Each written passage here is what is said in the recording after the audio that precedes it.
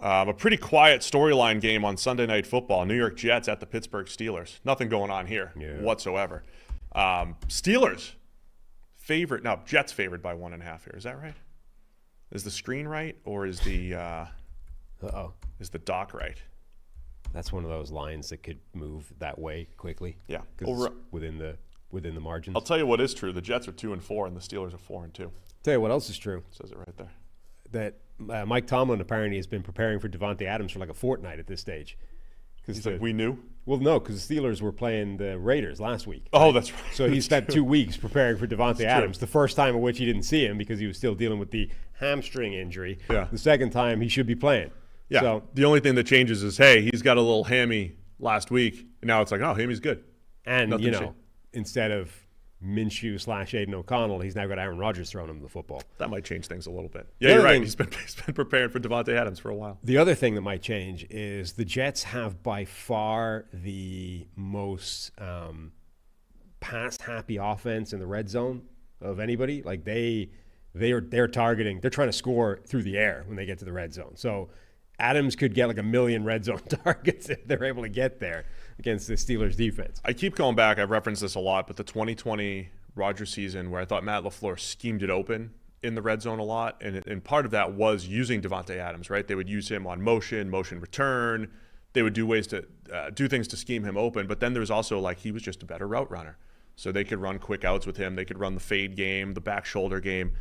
I think those are the things, like, because even if he can't create explosives maybe as well as he had in the past, Davante Adams, I think just in the red zone adds a massive weapon for this Jets offense that has, again, moved the ball. Yeah. They moved the ball better the other night than they did previously. Red zone, absolutely. I think it's also very difficult to overstate the impact it can have on Aaron Rodgers, who ultimately is not playing badly. Like I've been making this point repeatedly, but number one, a receiver that you trust changes the passes that you attempt, right? It changes what your decision-making process, right? So much of Aaron Rodgers playing the game is he willing to just take a shot at a given receiver, right? And if he's not, he's going to go on to the next guy and try and do something different and potentially put the ball in harm's way or force a throw that isn't there. He is able to diagnose immediately, hey, this is Davante Adams, I'm making this attempt, right? It's one-on-one. The other thing is, like plays like that Mike Williams play at the end of the game probably don't happen. And that's going to be a lot of the missed throws this year. Not all of them. Obviously, Rodgers has missed them throws. The second interception against the Vikings, right? Bad throw. Good decision, reasonable decision, bad throw, bad execution. That's on Rodgers. But there's a bunch where something like that has happened. He's not been on the same page with these Jets receivers. He should be with Davante Adams, and that, I think, changes everything.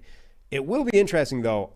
Can you just switch that back on after a couple of years? Like, obviously, they built up this telepathic communication over the years in Green Bay. Each one of them has been in a different place now for a while.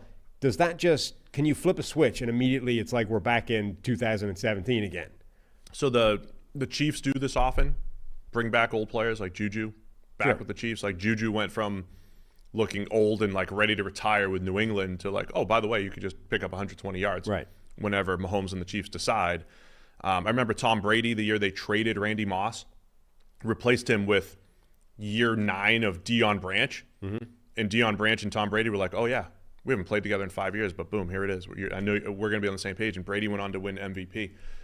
So I think at that level of quarterback, I think they will pick it up fine, right? Even if it's like you're coming off a hamstring, we have other receivers, you're going to play 30 snaps, go run a few routes, get open a few times, and let's go.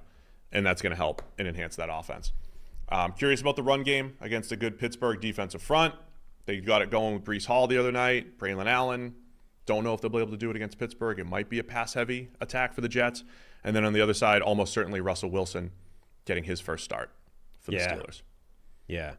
And that's obviously going to be interesting to watch. Like, we talked about that a little bit yesterday, by the way, just a little more detail on the Russ versus Fields thing yesterday. Yeah, I don't have a particularly strong take on it either way. I think it's okay to see, right? Yeah. Like you said all the way along, he's QB1, and I don't think Fields did enough during the time he was starting, particularly in the last couple of weeks, to take that away from him, at which point I'm kind of okay going back to him. Now, other smart people have said, probably makes them worse. I mean, Mina Kimes was pretty strong on ESPN saying this is going to make this offense worse.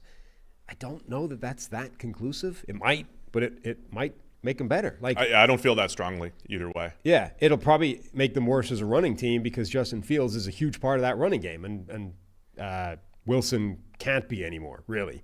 But it might make them better as a passer, and that might equal a net positive. So I think it's fine. Like, now, I do think it's risky because you've got a pretty good idea of what the Fields thing is going to look like now. We've no idea what the Russell Wilson thing is going to look like. And you introduce this element of, okay, if this isn't good, how quickly can I get away from it?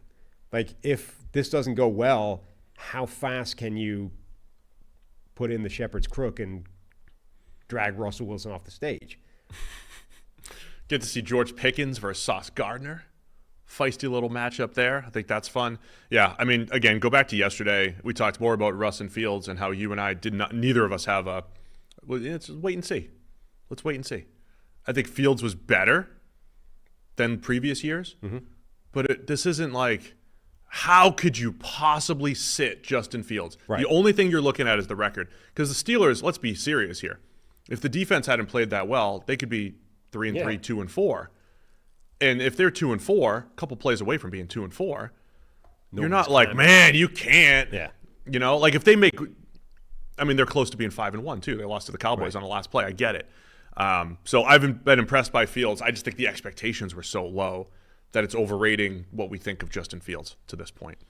TJ Watt versus Morgan Moses matchup. Oh, by the way. Strength on strength. Strength on strength. You have a Hall of Famer, and he's going to be trying to keep TJ Watt in check. Yes.